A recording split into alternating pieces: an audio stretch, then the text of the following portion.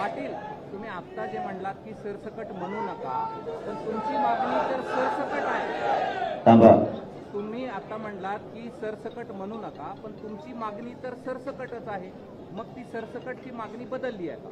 नाही, सरसकटची मागणी बदलली नाही, तुम्ही कन्फ्युजन करू नका. सरसकटच होतंय.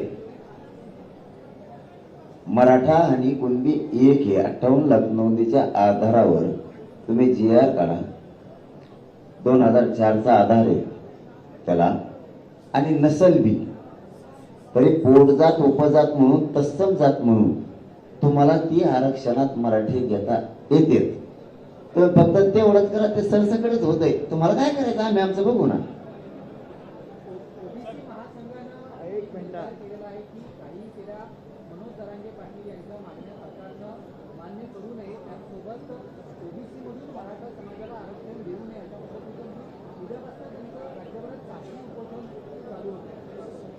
हा बघ, त्यांचं कामच असतं देऊ नका म्हणणं. कायदा त्यांच्या म्हणण्याने चालत नसतो. सरकारला मराठीची पण तेवढीच गरज आहे. एकदा जर महायुतीपासून जर मराठा बाजू सरकारला ना, त्यांचा ग्रामपंचायत सदस्य सुद्धा येणार नाही. मी खोटं नाही बोलत तुम्हाला.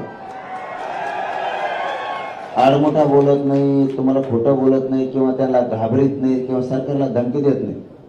एकदा जर आता ह्या मुंबईच्या मोर्चात जर सरकारने काही दिलं नाही, त्यांचं जर ऐकलं, ओबीसीचं कोणाचं म्हणतात तुम्ही ते 2-3 नेत्याचं,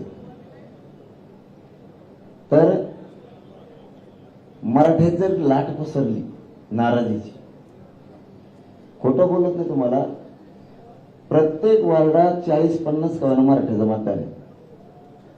ग्रामपंचायत सदस्य पाडायला तेवढं लय झालं. नगरसेवक पाडायला 200-400 मतदान लय झालं. एका मतदारसंघात लाख मतदान आहे आमचं. आमदार पाडायला 20,000 मतदान जरी विरोधात गेलं तरी तिची कोपाट लागेल. त्याच्यामुळं आता जर मराठी सुद्धा सरकारला तेवढीच गरज आहे. आणि त्यांनी जर याचं हे केलं, काही राहणार नाही, त्यांचं काहीच राहणार. पुन्हा भुजबळ कामाला लागले. भुजबळांनी सगळ्या ओबीसी संघटनांची मुंबईत बैठक बोलवलेली आहे. आरक्षणाच्या हालचाली सुरू आहेत म्हणून.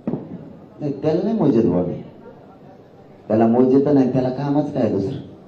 संघटना गोळा करीन, आमकं गोळा करीन, त्यांना पैसे देईन, दुसरं काय करता येतं त्याला. त्याला काही आम्हाला ओबीसी आरक्षणात जाण्यापासून कोणीच रोखू शकत नाही. कोणीच ओबीसी आरक्षणात आम्ही जाणार.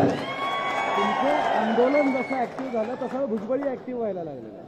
अरे ते पहिले कामातून गेले, त्याचं 50 बऱ्या काय नाव घेता भंगार धावण्याचं.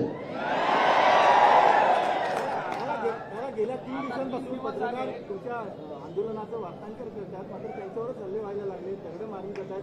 महिला पत्रकारांना नाही, मी सांगितलं बाबा, एवढं मनावर नका घेऊ. खेड्यातले पोर आहेत, पत्रकार बांधवांनी एवढं मनात नका घेऊ. ते खडे मारले काही, त्यांना थोडी आता म्हणून